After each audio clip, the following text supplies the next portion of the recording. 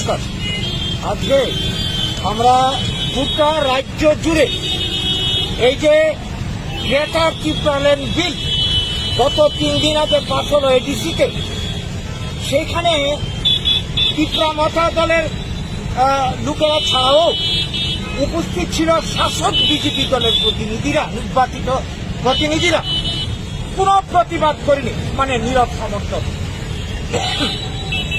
যার জন্য বিনা বাধায় এই গ্রেটার ত্রিপুরাল্যান্ড বিল এডিসিতে পাস হয়ে গেল।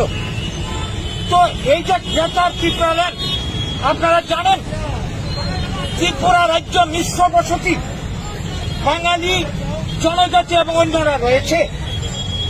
এইখানে এডিসি ষষ্ঠ তফসিল আইন প্রযোজ্য হতে পারে না, যার জন্য বাম আমলে সংবিধান সংশোধন করতে হয়েছে। তো এখন এই যে গ্রেটার ত্রিপুরাল্যান্ড কি উদ্দেশ্যে করা হচ্ছে? এডিসি এলাকা ত্রিপুরার 4 ভাগের 3 ভাগ জায়গা নিয়ে তৈরি, সেখানে বাঙালিদের কোনো ভূমির অধিকার নেই, ব্যবসা বাণিজ্যের অধিকার সীমিত, চাকরির অধিকার সীমিত। এখন ত্রিপুরা মতা নির্বাচিত হয়ে হুলিয়াজারি করেছে এডিসি এলাকাতে ট্রাইবেলরা বাদে অন্য আর কেউ ব্যবসা বাণিজ্য চাকরি বাকরি করতে পারবে না। এই যখন অবস্থা, তারা স্লোগান দিচ্ছে প্রতিনিয়ত গো ব্যাক বাংলাদেশি মানে বাঙালি।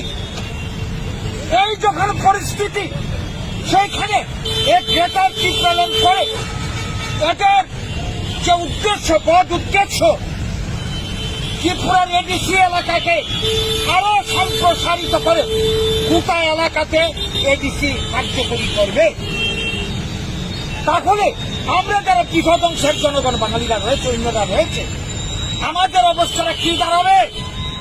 এডিসি এলাকাতে বাঙালির ভূমির অধিকার নেই, সমস্ত অধিকার শেষ।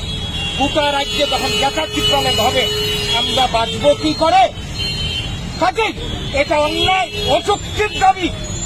আমাদের বাঙালিকে ধ্বংস করার একটা গভীর ষড়যন্ত্রের চক্রান্ত। এই চক্রান্তে মদত জুগিয়ে চলেছে বর্তমান শাসক দল। এর আগে ত্রিপুরাতে যখন বামেরা ক্ষমতায় ছিল, এরা এই জনজাতি ভোট, ট্রাইবেল ভোট করাবার জন্য ক্ষমতার রাজনৈতিক থেকে এডিসি তৈরি করেছিল, উগ্রপন্থীর আমদানি করেছিল। আজকে এটাই লাস্ট পরিণাম হচ্ছে গ্রেটার ত্রিপুরাল্যান্ড। এটা কোনো মতেই মানা যায় না। গ্রেটার ত্রিপুরাল্যান্ড হলে বাঙালি সর্বনাশ হবে, ত্রিপুরার উন্নয়ন ব্যাহত হবে, জাতি জনজাতির মধ্যে বিদ্বেষ বাড়বে, সামগ্রিকভাবে ত্রিপুরা পিছিয়ে যাবে। ত্রিপুরার উন্নয়নের পরিকল্পনা না নিয়ে, ত্রিপুরার সম্পদকে কাজে লাগিয়ে কর্মসংস্থানের পরিকল্পনা না নিয়ে জাতি জনজাতির মধ্যে বিরোধ সৃষ্টি করে এইভাবে যারা ত্রিপুরার সন্ত্রাস করতে চায়, বাঙালি সন্ত্রাস করতে চায়, তাদেরকে আমরা চরম হুঁশিয়ারি দিয়ে রাখতে চাই। যেই বাঙালি স্বাধীনতার জন্য লড়াই করে প্রাণ দিয়েছিল, প্রয়োজনে জাতির অস্তিত্ব রক্ষার জন্য আবারও রক্ত দিতে প্রস্তুত। আমরা যা করতে হয় আমাদের অস্তিত্ব রক্ষার জন্য, আমরা শেষ পর্যন্ত তাই করতে বাধ্য হব। সেই দিকে যাতে আমাদেরকে ঠেলে দেওয়া না হয়, আমরা সবাইকে সাবধান করছি। এবং তাদেরকে যারা মদত দিতে চলেছে, থেকে শুরু করে সিপিএম, কংগ্রেস, রাজনৈতিক স্বার্থে, তাদেরকেও সাবধান করে দিতে চাই। বাঙালি যাচ্ছে, বাঙালি মার খেতে খেতে এখন বুঝতে পারছে তার পায়ের তলে মাটি নেই। কাজেই বাঙালিকে আর খেপালে ভবিষ্যৎ ভালো হবে না কারো। আমরা সবাইকে নিয়ে বাঁচতে চাই, সমান অধিকার নিয়ে জাতি থাকবো। এইটা না করে যারা ক্ষমতা রাজনীতি করতে গিয়ে এই ধরনের ধ্বংসাত্মক কাজে হাত দিয়েছেন, তারা সাবধান হন। এবং এই রাজ্যের গণতন্ত্রপ্রিয় সবার কাছে দলমত নির্বিশেষে আমরা বাঙালির পক্ষ থেকে আমাদের আবেদন, সবাই এগিয়ে আসুন।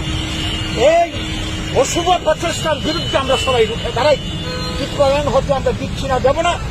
ত্রিপুরা ভাগ, বাংলা ভাগ আমরা হতে দিচ্ছি না, দেব না।